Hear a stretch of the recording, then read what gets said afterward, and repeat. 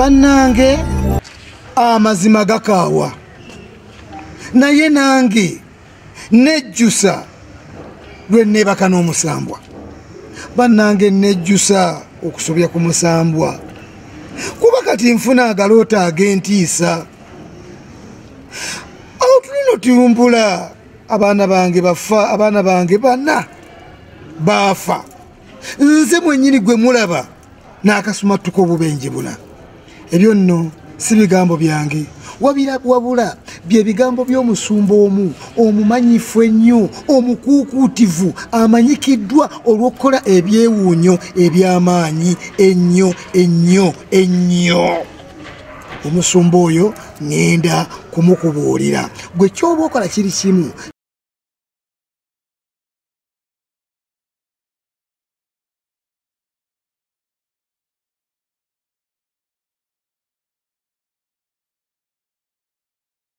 Subscribe ku Acreage Media ofune ebisingawo ku musumba ono. Omusumba ono yafulumizza engeri gye yeebaka n'omusambwa gwa Nnaabakyala w'ennyanja era ne gumuwa amaanyi ag'okusuula abantu ku ttaka n'obukwakuzi bwe yalina okutuukiriza okusigaza amaanyi ago. Kati nno wano ku Acreage Media ngenda kutuusaako obujulizi bw'omusumba ono nga ye yennyini yabukkiriza era nga yakugamba ekintu kino. Agamba nti kyetulina okuyiga mu mboozi oba kyetulina okuyiga mu mboozi y'omusumba ono kiri kimu nti ensi y'emizimu tebagisaagiramu. Sitaani akutega akamasu kamu ng'ayagala kukusaanyaawo n'abantu bo bonna. Ekirala twegendereze bannabbi gye tugenda okusabira. Abamu bali mu ndagaano n'amaanyi g'ekizikiza okuwaayo emyoyo gyammwe. Kati nno nkutuusaako emboozi y'omusumba ono yennyini. Omusumba ono yaani? Naggambye nti gwe tova ku Acreage Media, beerako kokka nkutuuseeko ebigenda mu maaso. Nga omusumba ono senda kubulya mannya ge agamba nti olumu bampita mu lukiiko olwaliwo ekiro mu matumbi g'obudde. Bwe twamaliriza ne ŋŋenda mu kifo we bali bategeka okusula. Yali wooteeri amatiribona zino kwokomya amaaso ezibeeramu n'amataala agalungiya n'ababi. Wabula otulo bwe twantwala nalaba omusamba gwa Nnaabakyala w'olubalama ono era yagira mu kifaananyi kya mukazi yandagira okuyonka amabeere ge n'okuddamu okwegatta naye. Ekyewuunyisa buli lwe gwajjanga nalinga atakyategeera nga buli kyenguŋŋamba kwegamba kyenkola. Amazima emisambwa gino oba giteekebwamu kiki? Naye nange nalabirawo ng'ebyambyone byonna tubikoze. Byambyone ki? Neebaka nagwo, n'ensula nagwo, n'engusobyako. Bw'atyo omusumba ono bw'ayogera. Omusumba omumanyifu ennyo, akola ebyewuunyo, akola ebyamagero ebiyitirivu ennyo. Nga tumaze okunyumirwa ebyaliwo bye twakola, omusambwa guno gwakola eddoboozi ery'omwanguka erifaananira ddala ng'ery'enteekaaba. Olwamala ne gumansira ebidagaladagala mu maaso. Waayita akaseera katono ddala ne ntandika okulaba ensi y'ekizikiza era ne njogera n'emyoyo egitali kimu. Nga tumaliriza, omusambwa gwampa obucupa 5 obwalimu amafuta ag'enjawulo. Akacupa akasooka kaalimu amafuta agaali ag'okunsobozesa kwegamba endiga zange nga buli kyembagamba banzikirizaamu, era eno yagituuma kola nga bwe ŋŋambye.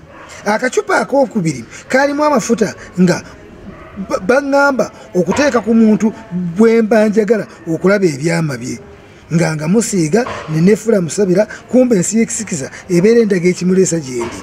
Akacupa akalala kaali kakusuula ndiga bigwo nga bwe zikutteko alina okugeesiiga mu ngalo buli lwe ŋŋenda okusabira oba olwanika ekibatu byange buli ayimiriddwe agwa bugwi wansi. Akacupa akalala kaalimu amafuta ag'okusiiga abantu okujja mu nsi yange, n'akasembayo nga kakusika bakazi mbeerera bajje gyendi nga kwogasse n'abo abafumbo, nga bino byali byakunnyongera mu maanyi gange ng'omusumba. Yaŋŋamba nti bwe mmalanga okwegatta n'abawala embeerera sirina kunaaba, nina kugenderawo mu kkanisa. Omusambwa gwankubisa ekirayiro ekyekyama.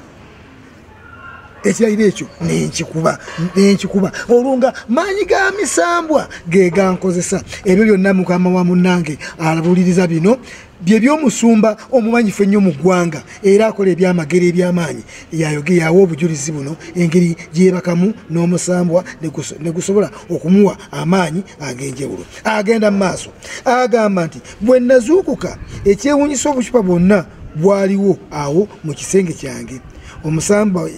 Omusumba agamba nti amafuta agaali gamuweereddwa oba amafuta agampeebwa ng'esiige ku mubiri gwonna. Ku makya ennyo omusumba baleetera obuwala 2 nga buno bwali mbeerera, bw'atyo nampaako kamu ntandike emikolo gye baŋŋamba. Twagenda nabo mu bisenge byaffe mwe twasulanga ne twegwatta nabo okusobola okutuukiriza akalombolombo k'omusambwa.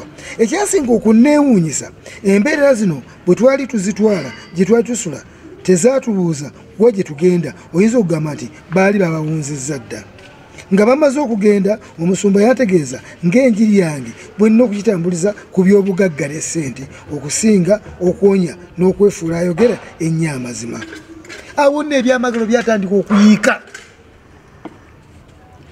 Bwe naddeyo ku kkanisa yange ebyamagero ne bitandika okuyiika.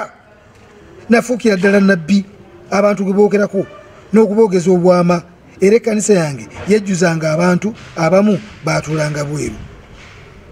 Wabula gwe awuliriza bino olina okutegeera ekintu kimu. Setaani n'abatume be bakuwa obukwakkulizo bungi, wabula bw'ogezaako n'omenya akakwakkulizo kamu babeera bakumaze ate tebakusonyiwa. Oyinza n'okugamba babeeranga abafuuyirira mu ngalo oleme kutuukiza kakwakkulizo kamu bakukoleko. Nga wayise ennaku 3 abasajja 3 bantuukirira ne bandabula nti bwe mbeera nkyayagala obulamu nina okuva mu kitundu kino kubanga omusumba omu yali ayagala kunzita. Oluvannyuma lw'okusobya akamu ku bukwakkulizo nasalawo okutunda ekkanisa n'ebyagirimu byonna nenkwata ebyanguwa ne neetugula ekibabu. Kati kumpi nsigadde sseke, kyenninga kyensigazza ye Katonda yekka. Kyemmanyi Katonda asonyiwa abo ababeera basobeza, era kyekisinga okuzzaamu amaanyi. Nkimanyi namusobya naye nsaba kisonyiwo. Essaawa zino ntya okugenda mu kkanisa oba mu makanisa aganeetolodde kubanga nkimanyi bulungi nti abasinga abakozesa amaanyi ga sitaani bangi okusinga ku abo abakozesa aka Katonda. Mu butamanya n'endiga zaabwe nazo baziyingiza ensi y'ekisikiza n'okuziwongayo wa sitaani nga tezimanyi. Sikyafuna tulo ebintu ebitategekera bikyeyongera okunnumba eyo mutumbi budde abantu babeera bebasenga nze ndi mukowamuka nakufuna birooto bya ntiisa. Obwakabaka wa sitaani bukola kiro na misana okulaba nga busaanyawo ekkanisa ya Katonda. Wabula ekyewuunyisa n'ekkanisa tenyega. Mu myezi 2 egiyisimatuse oba emyezi 2 egiyise nsimatuse obubenje bwa mirundi 4 era olumu mbeera mu takisi abasaabaze abasinga ne bafa kyokka nze ne mponawo. Emirundi emirala buli baali banvuga mu mmotoka za buyonjo ngenda okulaba ng'emmotoka yeri ntugula ennima ekigo ng'egwa. Abaana bange 2 nabo baafa mu ngeri etategeereka oluvannyuma lw'okulumizibwa mu lubuto. Mpulira nga nteereddwa ku kisenge era nkimanyi kati obwakabaka wa sitaani buzaako kunona nze. Kyensaba kimu, Mukama Katonda ansonyiwe. Sifaayo ne bwenfa naye nga Katonda ansonyiye. Buli lwembeera ngenda okusaba ngenda okuwulira ng'ebintu bintambula mu busomyo binvaako sigenda kulekeraawo kukaabirira Mukama Katonda kuba nkimanyi awulira era ajja kuntaasa. Nakola ensobi nnene n'ettutumu, nakola n'ensimbi mpitirivu n'ettutumu ne binsingira okuweereza Katonda wabula nejjusa era nkyasaba ekibusonyiwo. Wano we yagambidde nti nze omuweereza wa Katonda Pasita Chidubemu Oku. Pasita Chidubemu ono Oku eyeebaka n'omusambwa n'agusobyako asobole okufuna amaanyi ag'enjawulo. Musajja bambi asobole okufuna amaanyi ag'enjawulo. Chibudeni Oku asangirwa mu kabuga k'e Kaduna. Akabuga ako kasangibwa mu ggwanga erya Ghana.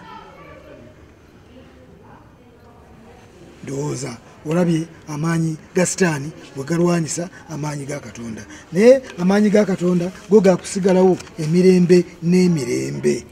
Wabula mmwe abagoberezi mugoberere makanisa ki ge musinzizaamu Katonda, kubanga oyinza okwekanga ng'ekkanisa gy'ogenza okusingizaamu ali nayo bakoze bino.